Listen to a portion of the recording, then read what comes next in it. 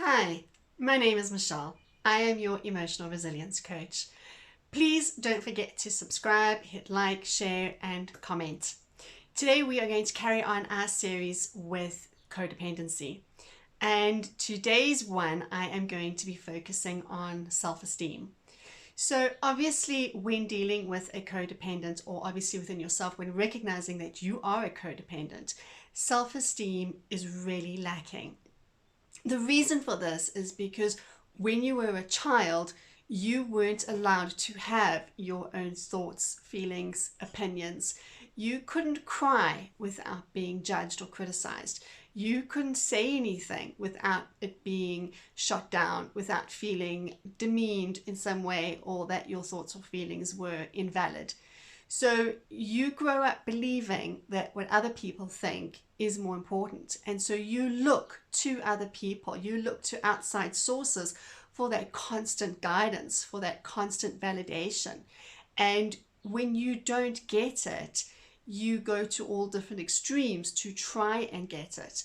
So unfortunately, what we do as codependents is we are continually handing our power over to other people. How we think, how we feel, how we show up in the world is very dependent upon the feedback that we get from others. Obviously, what is wrong with this model is that we become victims in our own lives far too often. We don't make our own decisions. We are highly critical of ourselves and others, and as such, we tend to have poor relationships. We judge others the way we judge ourselves, which is really harshly and unfair. In fact, more often than not, we are harder on ourselves and uglier and meaner to ourselves than we are with others. But we do tend to take that habit and make it part of our lives in all areas, where we would look at people and think they shouldn't do that. We do should a lot in our heads. They shouldn't do that. I shouldn't do that. This should have happened. It should have looked like this. We're forever hustling for approval. We tend to even take on other people's guilt, how they feel. We will take on the responsibility of their emotions. So if a person feels guilty about it, we will try to find ways to help them not to make it about us, not so that the attention is on us, but so that we can feel better in control of the situation. I will be doing a video on codependency and control.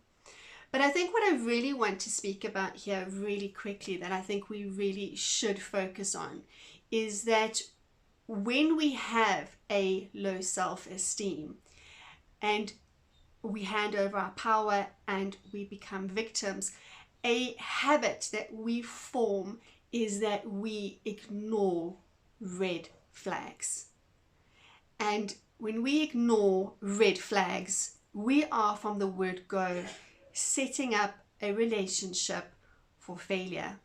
Because by ignoring red flags, we are not setting up boundaries. We are not listening to our gut and our intuition that there is something that needs to be dealt with here. And when you ignore red flags early on in relationships, they will, without fail, every single time, become huge obstacles later on in relationships. So if you are in a relationship or you're starting a relationship, what a codependent likes to do often is a red flag will come up, and we will, as I discussed in my previous video, either deny it, or we will ignore it, or we will minimize it, or we will tell ourselves in some way that we are overreacting. Things don't end badly, they start badly. And that always happens when red flags are being ignored.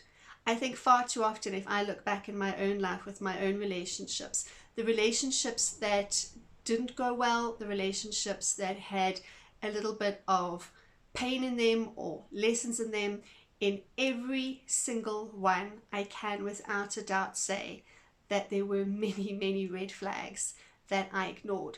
And we do this as codependents because we try to emotionally manage people, which I will go into further when I do codependency and control.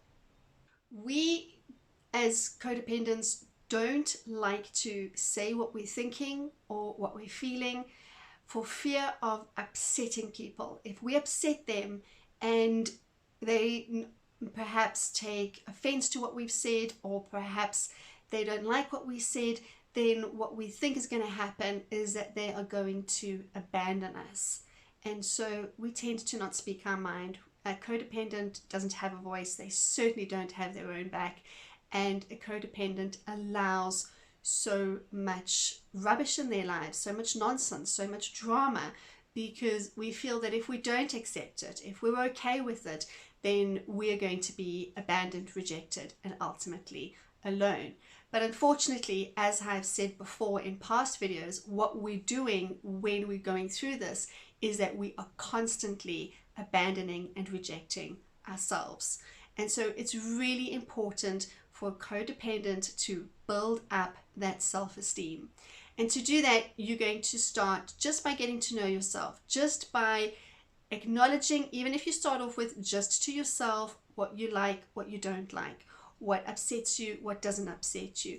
You learn to recognize your triggers. You learn to sit with your triggers and the consequence of the triggers and ask yourself, why was I triggered in this situation? What was it for me that wasn't good? Why is it that I responded this way? What feeling was coming up for me? And to just basically stop ignoring ourselves.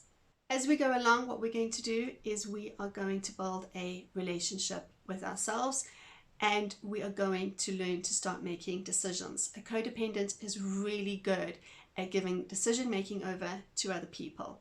Again, we don't trust ourselves. We haven't built up a good solid relationship with ourselves, and we are convinced that whatever decision we make is going to be the wrong one. It's going to blow up in our faces. It's going to somehow backfire. And so we like to kind of hand things over to other people and say, I don't know, you decide, because we are absolutely terrified of making the wrong choice. So in codependency, it is really, really important to just build a good relationship with you, and start small and start with boundaries and start getting to know yourself. Start just being aware. I've said this so many times. Awareness is key. All right. Knowledge without action is useless, but you've got to start with knowledge. Just start practicing being aware of what's going on, why you're responding the way you're responding, why you're doing the things that you are doing. And when you become aware and you start noticing the patterns and you become familiar with it, then you have the power to actually change it. I hope that has helped. I am excited to chat to you further on our next topic, which is codependency and compliance. Have a most fantastic day. Don't forget to hit like, subscribe, share, the notifications button, and of course, I always love to hear from you. Have a most fantastic day.